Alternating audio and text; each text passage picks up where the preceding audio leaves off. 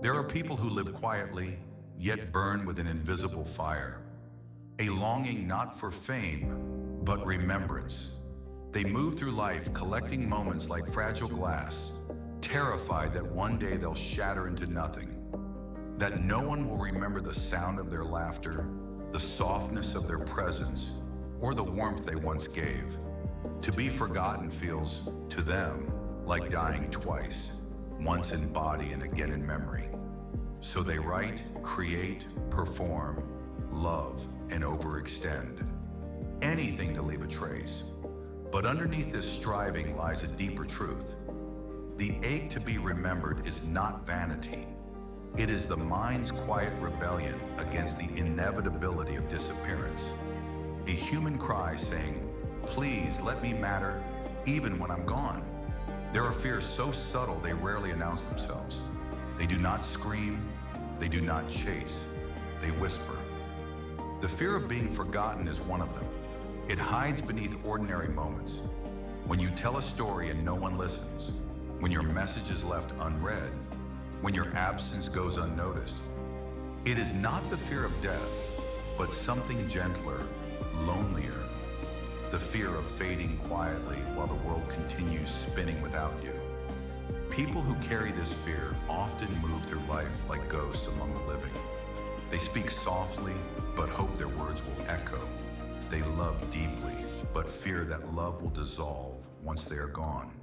Every gesture becomes a plea. Remember me. Don't let me disappear into silence. This fear is not dramatic. It does not belong to poets alone or artists chasing immortality. It lives in the everyday person who tidies their home before guests arrive, who saves photos to prove they existed in a moment, who hesitates to leave a place because they're afraid it won't remember them either. It lives in the child who drew pictures to earn a parent's praise. It lives in the friend who laughs louder than they feel just to be noticed. It lives in the adult who works tirelessly, terrified that their efforts will vanish into the background noise of history. To fear being forgotten is to exist on the fragile edge between invisibility and memory. It is to want to leave fingerprints on time itself, not for ego, but for reassurance that you mattered. Because to be remembered is, in a way, to still be alive somewhere. In someone's thought, someone's story, someone's heart. Yet this fear rarely looks like fear.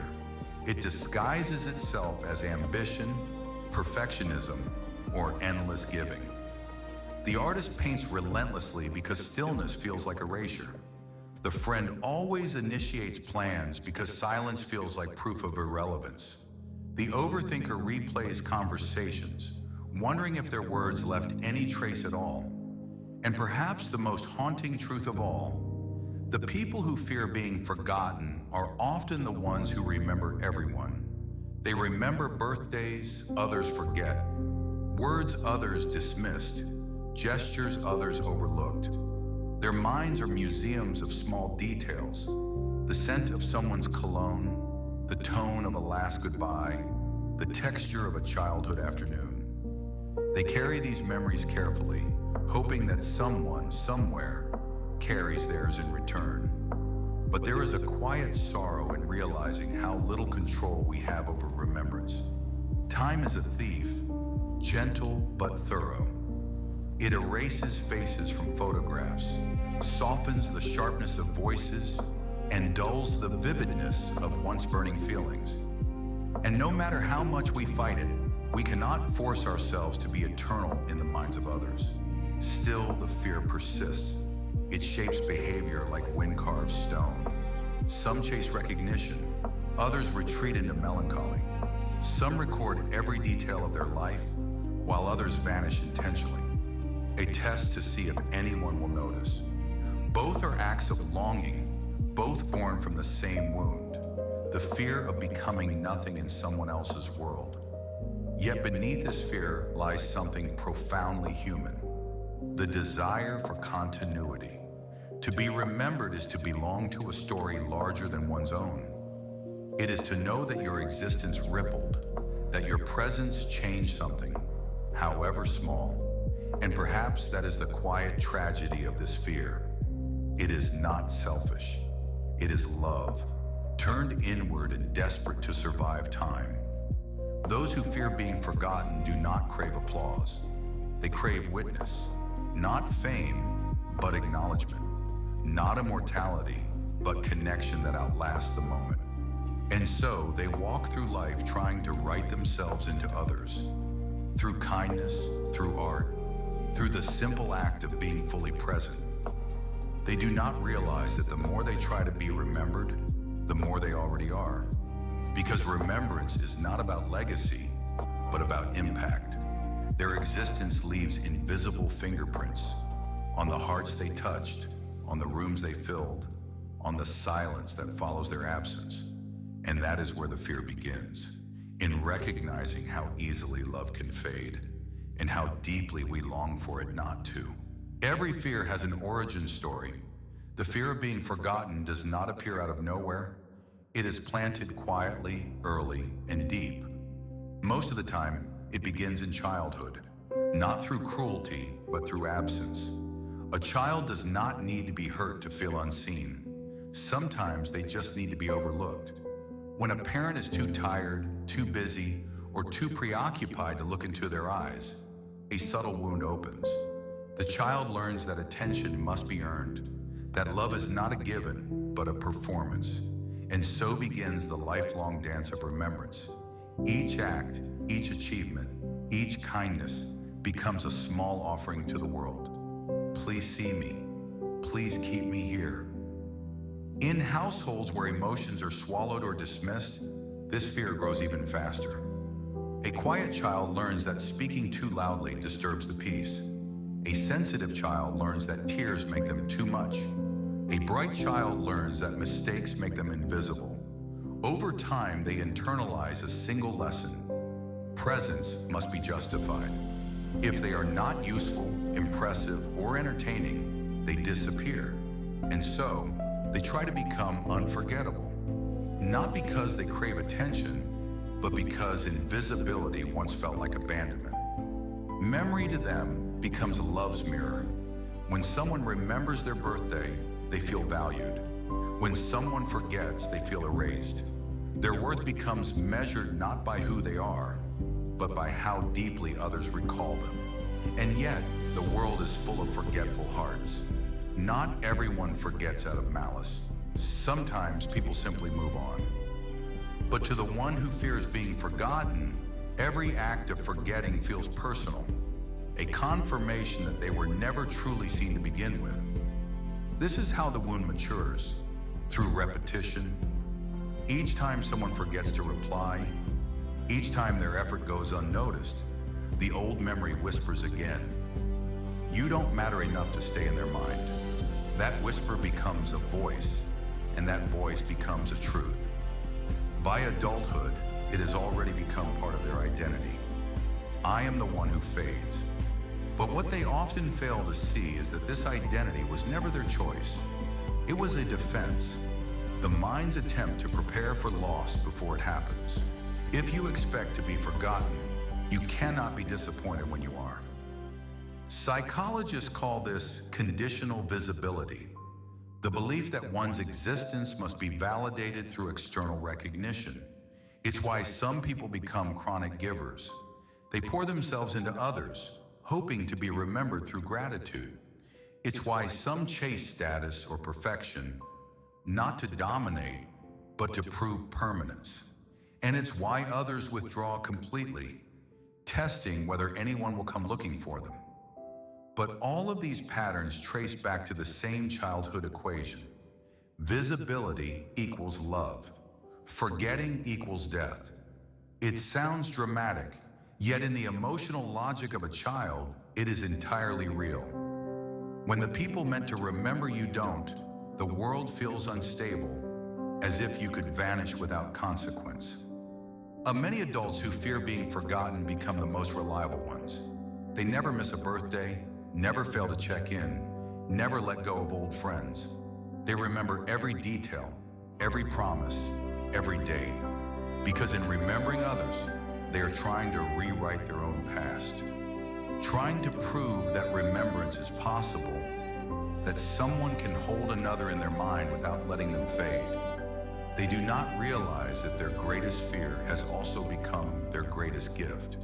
Their sensitivity to absence makes them presence itself, an anchor for others, even when they themselves feel adrift. This is the paradox of their existence. They were once invisible, and now they make others feel seen. They were once forgotten, and now they refuse to forget. But the roots remain, silent, tender, buried beneath the skin. They still ache whenever the world grows quiet. They still check if anyone remembers. Because somewhere inside, the child still asks, if I stop trying, will I disappear again? To understand the fear of being forgotten, we must first understand memory, that fragile architecture of existence that holds the shape of who we are. Memory is not a simple archive of facts. It is the very lens through which identity is sustained. Every recollection says, I was there. Every acknowledgement from another says, you were too. From a neuroscientific view, memory is built on repetition and emotion.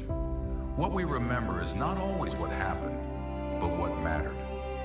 Moments charged with feeling, joy, pain, awe, love, are the ones our brain preserves most vividly. The amygdala, the brain's emotional gatekeeper, tells the hippocampus, keep this, it's important. That's why heartbreaks linger longer than neutral days, and why being ignored can scar more deeply than being criticized. The fear of being forgotten is, at its core, the fear of emotional erasure. Our brains are wired to equate remembrance with survival. In ancient times, being remembered by the group meant safety. To be forgotten was to be left behind, vulnerable, excluded, prey. So even now, when the threat is no longer physical, our biology still trembles at social invisibility. Psychologists call this the social self-preservation instinct. When people fail to acknowledge us, our brain's pain centers, particularly the anterior cingulate cortex, light up in the same way they do during physical injury. That ache in your chest when you feel forgotten, it is real. Your body records it as a loss. Modern neuroscience also tells us that memory is not static. Each time we recall something, we rewrite it slightly, polishing some details, erasing others. In that sense, memory is not a photograph. It's a painting, repainted every time we look. And yet this constant reconstruction makes the fear of being forgotten even more haunting. Because if memory is fluid, then permanence is an illusion. Even the people we love most will one day forget our tone, our scent, our gestures. The mind, merciful yet cruel, simplifies us to fragments. A few words, an image, a feeling. For those who fear being forgotten, this impermanence feels unbearable.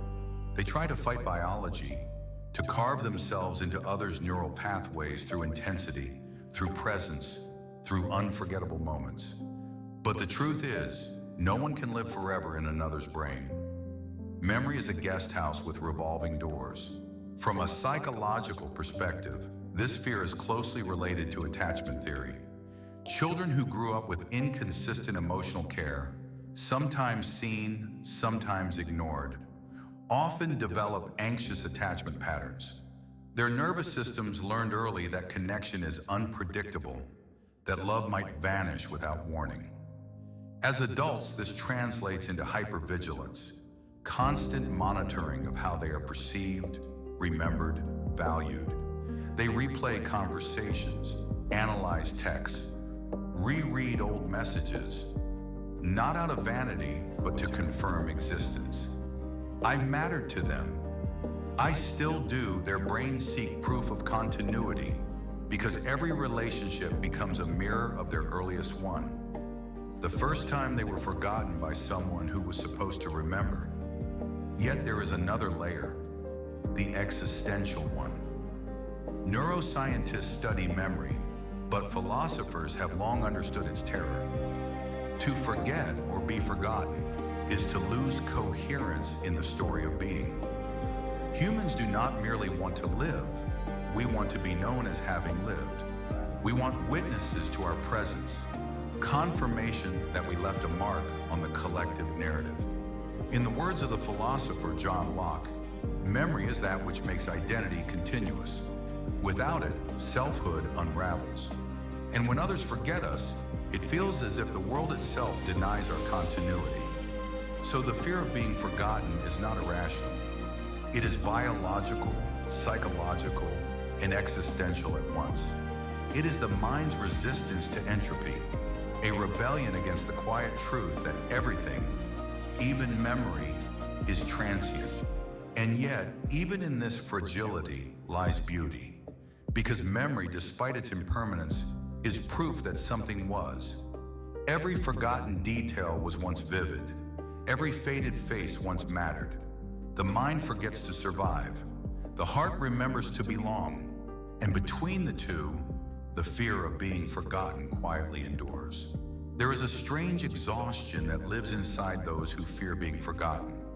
It is the fatigue of always performing, of always needing to exist loudly enough to echo, yet softly enough not to seem desperate. They walk a tightrope between wanting to be remembered and hating themselves for wanting it. Inside them, two selves often wrestle. One says, "Be authentic. You are enough." The other whispers, "Don't fade. Be impressive. Stay in their mind." This battle never truly ends. It only changes costumes as life goes on. In social moments, it looks like overthinking every word spoken, scanning for signs of dismissal.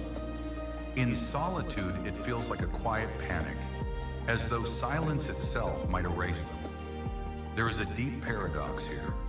The more one tries to be remembered, the less natural one becomes. They start performing kindness instead of simply being kind, speaking wisdom instead of just speaking truth.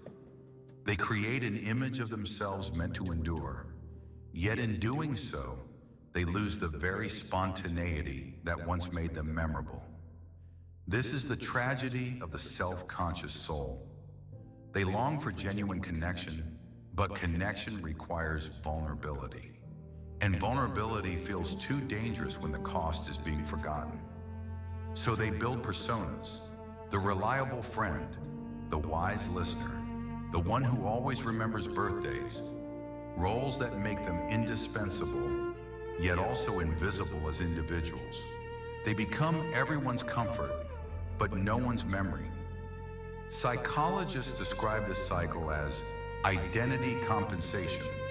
When the inner self doubts its inherent worth, it compensates by constructing external identities. Perfect, attentive, productive, extraordinary. Each role becomes a safeguard against oblivion. Each achievement says, if they need me, they will remember me.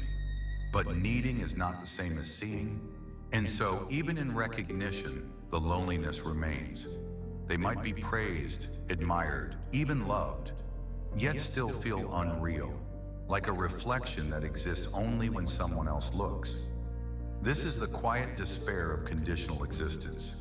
If no one sees me, do I still exist? In intimate relationships, this conflict becomes sharper. They crave closeness, but fear being forgotten once novelty fades. So they overgive, love too intensely, text too often, remember every detail of their partner's world. And when the other doesn't reciprocate with equal intensity, they interpret it as fading, as proof that they are slipping from relevance. The irony is heartbreaking. They want to be remembered for who they are, yet they keep becoming what others need, just to stay visible. Sometimes this fear leads to creative brilliance. Artists, writers, performers, many are driven by the terror of disappearing. They pour themselves into their work, immortalizing fragments of emotion on canvas, film, or page. They understand, consciously or not, that art is memory that can't forget. But for every masterpiece, there are countless quiet lives lived in the shadow of self-doubt. People who never painted, never wrote, yet spent their whole lives ensuring others wouldn't feel forgotten, while secretly wishing someone would do the same for them. So the conflict deepens as age approaches. When youth fades and fewer people call, the fear grows teeth. Those who once held everyone's stories begin to realize how few remember theirs. And yet within that pain, something begins to shift. A dawning awareness that remembrance cannot be controlled. You cannot force people to hold you in their memory.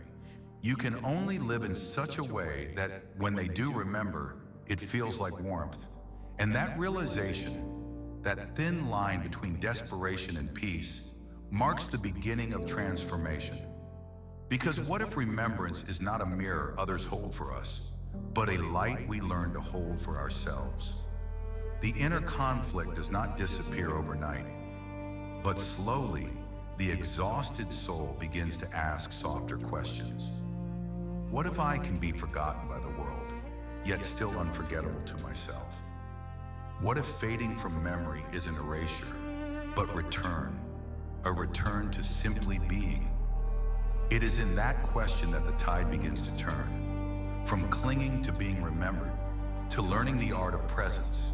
Every transformation begins with surrender, not the loud kind, but the quiet acceptance that control has limits. For those who fear being forgotten, the turning point often comes not from victory, but from exhaustion. After years of trying to leave a mark, through achievement, kindness, or sheer presence, they begin to realize something haunting. Nothing they do can guarantee remembrance. No amount of love can make someone stay forever. No accomplishment can preserve admiration indefinitely. No photograph can hold the full essence of a moment. And so one day the striving stops, not because they have given up, but because the pursuit itself begins to feel hollow. They notice that the world forgets everyone eventually, even the famous, even the brilliant, even the beloved. Time does not discriminate. It softens monuments, erases names, and swallows legacies whole. At first, this truth feels devastating, but then strangely, it feels freeing. In the stillness that follows, a different kind of awareness appears, one that doesn't crave permanence, but presence. They start noticing the details that once went unseen. The rhythm of breath, the weight of sunlight on the skin, the sound of someone's laughter in the next room. For the first time, life itself feels like enough. They begin to understand that being remembered is not about duration, but depth. Not how long someone holds you, but how fully you existed when they did. This shift is subtle, almost imperceptible. It's not a grand awakening, but a gentle reorientation. They stop asking, will they remember me? And start wondering, was I truly here while I was alive? This is where peace begins, in the realization that meaning doesn't require memory. A kind word spoken once can ripple through years of silence. A single moment of presence can outlast a lifetime of recognition. And even when the name fades, the energy remains. In gestures passed on, in emotions inherited, in small acts that keep moving unseen. The turning point is not forgetting the fear. It's seeing it for what it is. Love, disguised as longing. The fear of being forgotten is the mind's way of saying, I want my existence to matter. And when you finally understand that you already matter, even if no one remembers, the fear begins to dissolve like mist in morning light. From this place of quiet realization, the world feels softer. You stop performing and start existing. You stop speaking to be heard and start speaking to connect. You stop trying to write yourself into other stories and start living your own. The change is internal, yet visible. People begin to sense your calm, a calm that doesn't demand attention, yet draws it naturally. You become like the sky, vast, unassuming, impossible to forget precisely because you are no longer trying to be remembered.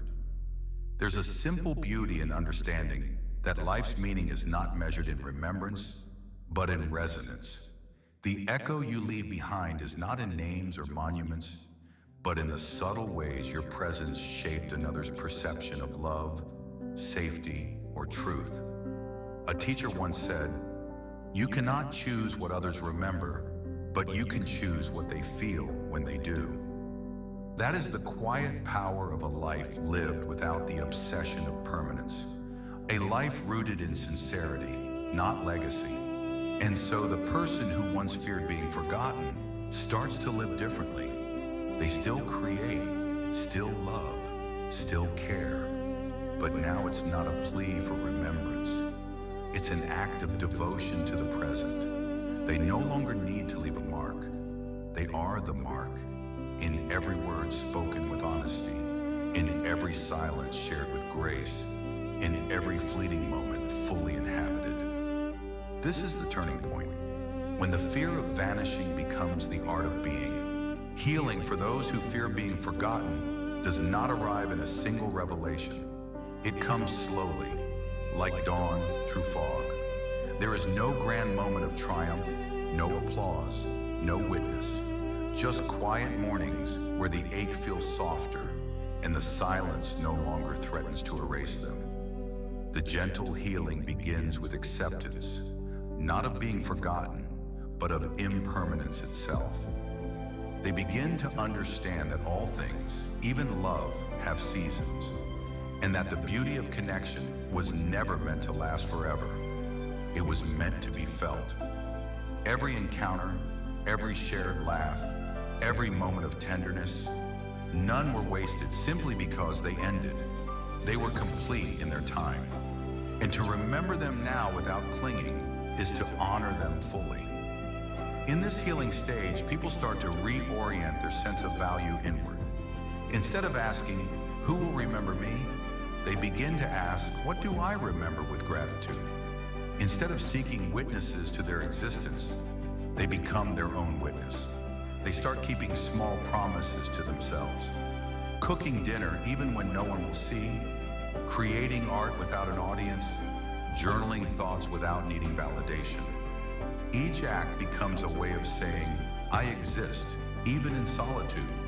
This is how self-presence replaces self-erasure. They learn that the opposite of being forgotten is not fame, but self-recognition. To stand in the quiet of one's own life and whisper, "I am here," and that is enough. Sometimes healing comes disguised as grief. Letting go of the need to be remembered means confronting the grief of invisibility head on. It means mourning the people who never truly saw you. It means acknowledging that your efforts to be unforgettable were, in part, survival instincts, and survival is nothing to be ashamed of.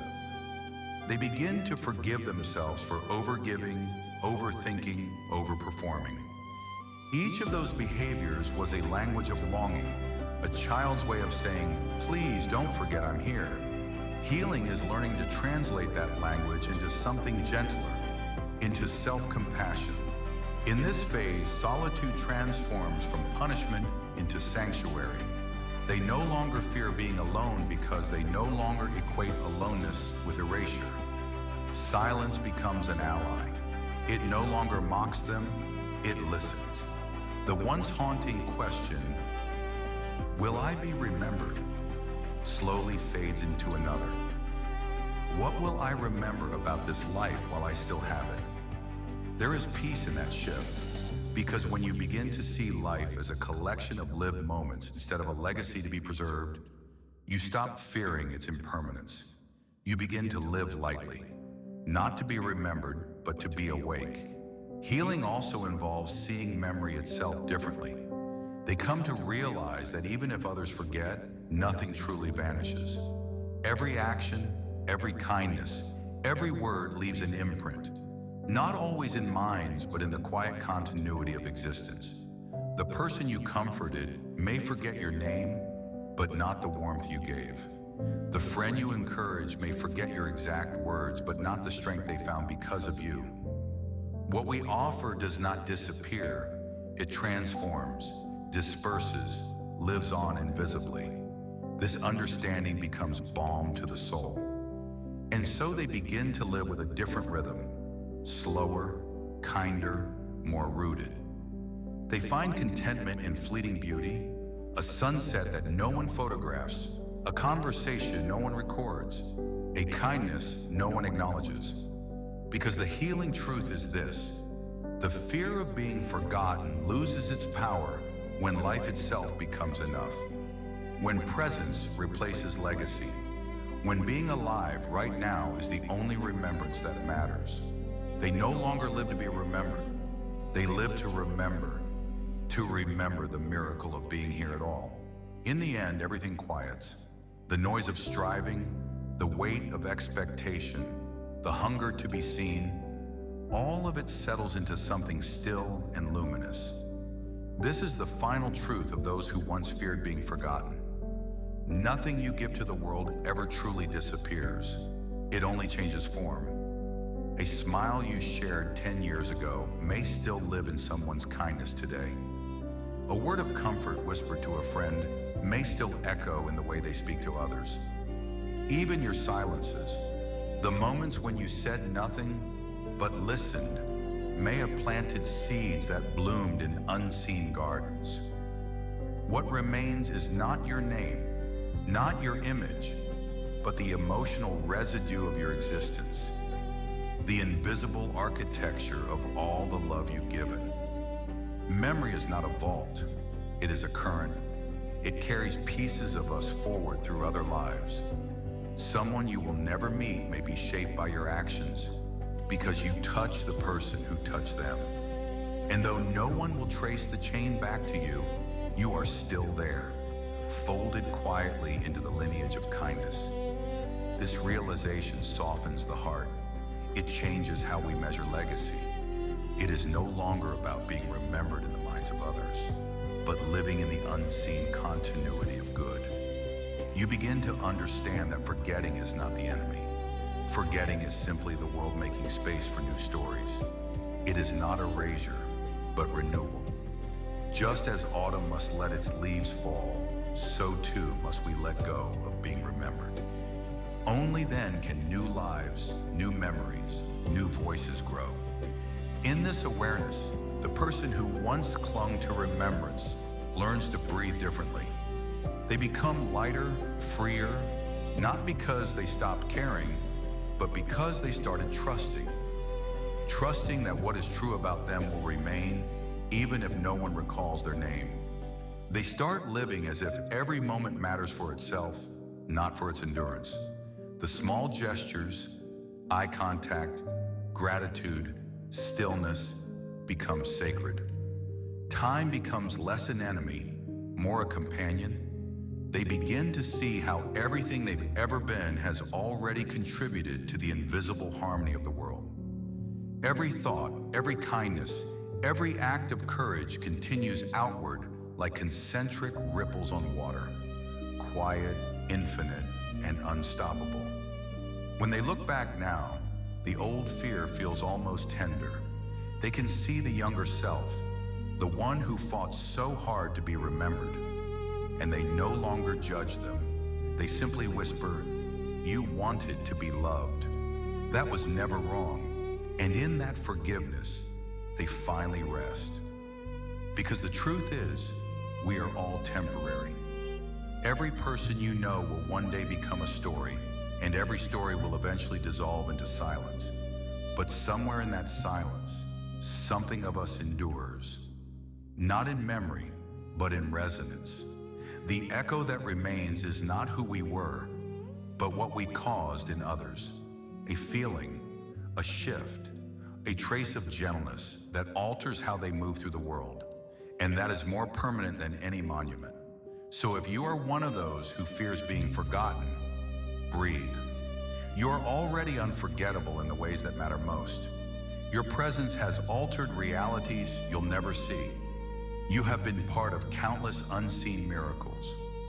You are not a fading name in someone's story. You are the breath that made the story possible.